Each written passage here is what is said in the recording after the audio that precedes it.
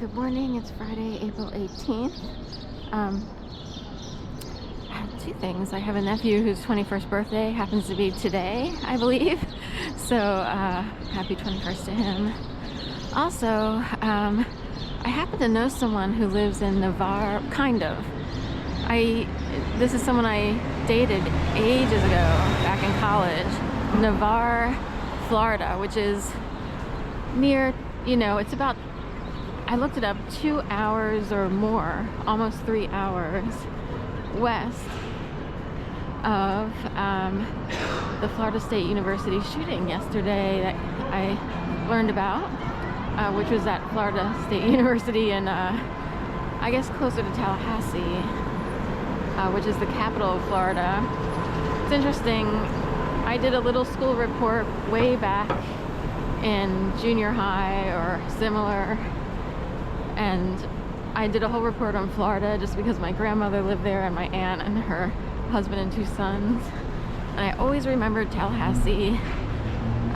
Anyway, Florida has sort of always been connected to my family, but also, a lot of people, wind up in Florida, it seems like, from the East Coast, either for vacation or living, if they grow up in Delaware,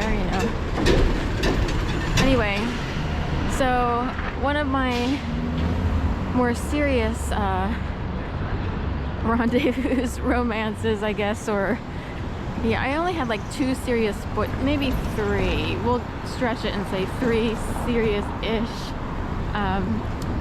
boyfriends during my, young adult life, if you will.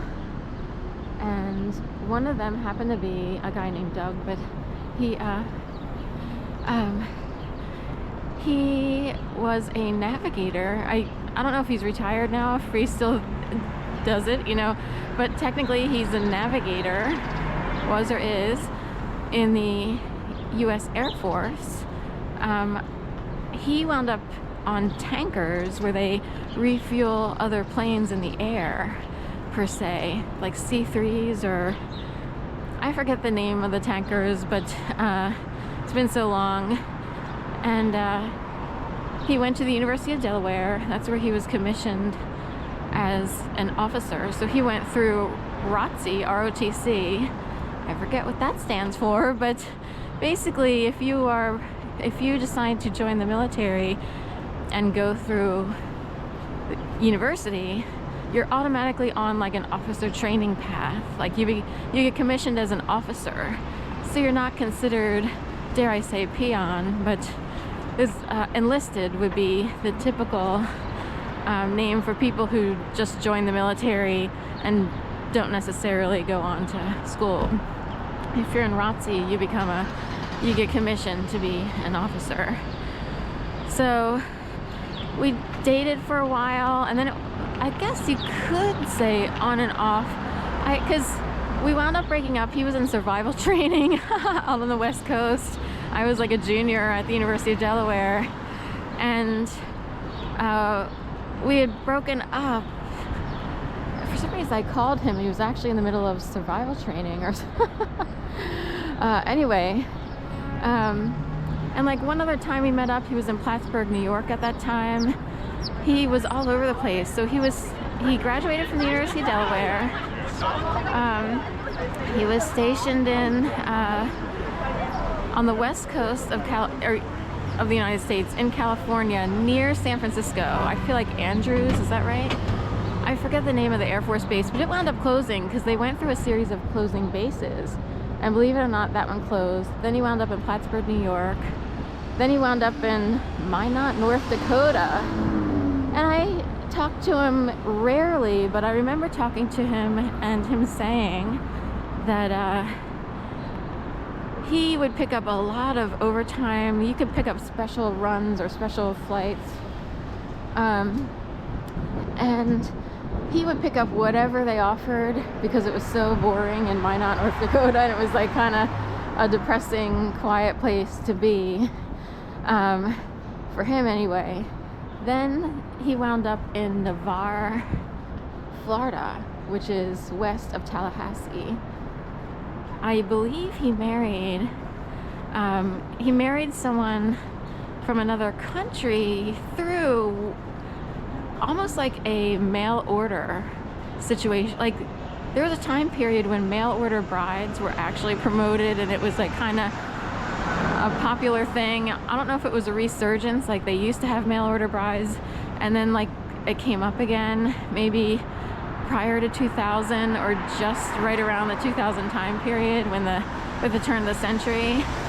I actually think I'm pretty sure he married someone through this pen pal mail order process. Like, he developed a relationship through writing and so forth and so on. I don't know, how the relationship progressed, but by then my life moved on somewhere else. Everybody had gone in different directions. I was still younger and excuse me. And I, in retrospect, I knew that I wasn't completely ready, would be how one person would say. Some people would say, like, ready. I would say I wasn't quite complete or whole. I knew, like, I needed something.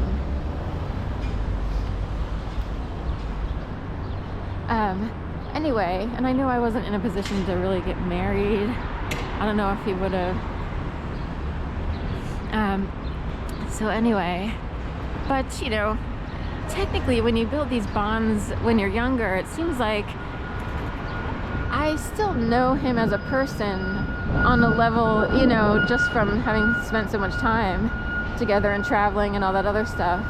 And I think it's interesting that, if I were to run into him, today, I would still feel like I knew him. Since my younger years, I have never ever met anyone who I feel that close, or not close to, but would know more deeply. So I spent a lot of years, trying to. This reminds me of my nephew a little bit. That guy that walked by there, who I said happy birthday to. Like, there's a slight resemblance. So, but anyway, I feel connected to my sister and her kids for the most part. Just because when you're related to people, you know them, even if you don't spend time with them all the time. But anyway, I was thinking about this.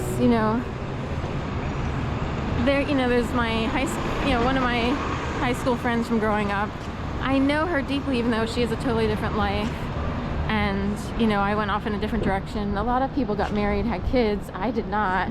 I knew that I needed to be complete or filled up. I wouldn't know how to do the marriage thing, you know what I mean? So, and I was thinking about this, ever since college, or University of Delaware, I haven't really met anyone who I would know or feel connected to, even though I haven't spoken to the people I just mentioned in terms of dating or high school, or University of Delaware for many, many, many years. The Wi-Fi is booming. It's interesting, the Wi-Fi on my phone keeps coming on all by itself.